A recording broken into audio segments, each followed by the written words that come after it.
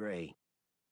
He looked down on Elena's face and found it pale in the gloom, soft and creased with sleep. She lay unmoving in the bed they shared, her shoulder warm when he laid 2 fingers on it. Outside, the city grew as dark and still as it ever got, the quiet pause at the bottom of a breath. He moved hair from her face, and at her temple saw the thread of her life, steady and strong. He wanted to touch that pulse, to assure himself of its strength and endurance. An old man was dying, and when he was dead, they would come for Michael. And they would come for her, to make Michael hurt. Elena knew none of this, neither the things of which he was capable, nor the danger he'd brought to her door. But Michael would go to hell to keep her safe. Go to hell. Come back burning. That was truth. That was real. He studied her face in the dim light. The smooth skin and full, parted lips. The black hair that ran in waves to her shoulder, then broke like surf. She shifted in her sleep, and Michael felt a moment's bleakness stir. A familiar certainty that it would get worse before it got better. Since he was a boy, violence had trailed him like a scent. Now, it had found her too. For an instant, he thought again that he should leave her, just take his problems and disappear. He tried before, of course. Not 1 time, but 100. Yet with each failed attempt, the certainty had only grown stronger. He could not live without her. He could make it work. Michael dragged fingers through his hair and wondered again how it had come to this place. How had things gone so sour so fast? Moving to the window, he flicked the curtain enough to see down into the alley.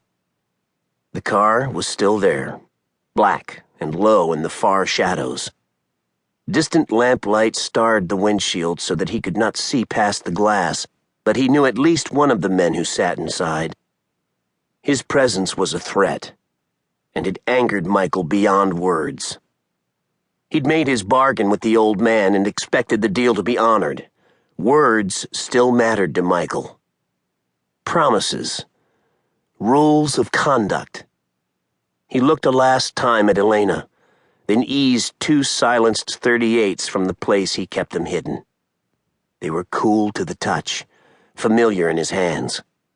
He checked the loads, and a frown bent his face as he turned from the woman he loved. He was supposed to be beyond this, supposed to be free. He thought once more of the man in the black car. 8 days ago, they'd been brothers.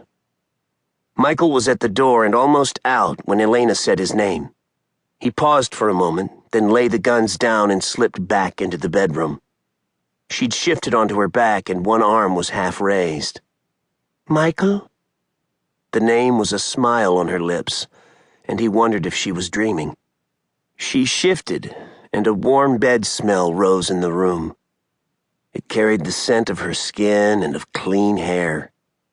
It was the smell of home and the future, the promise of a different life. Michael hesitated, then took her hand and she said, "Come back to bed." He looked into the kitchen, where he'd left the guns next to a can of yellow paint. Her voice had come as a whisper, and he knew that if he left, she would ride the slope back into sleep and not remember. He could slip outside and do the thing he did well. Killing them would likely escalate matters, and others would certainly take their place. But maybe the message would serve its purpose. And maybe not. His gaze traveled from Elena to the window. The night outside was just as black, its skin stretched tight. The car was still there, as it had been the night before and the night before that. They would not move against him until the old man died. But they wanted to rattle him.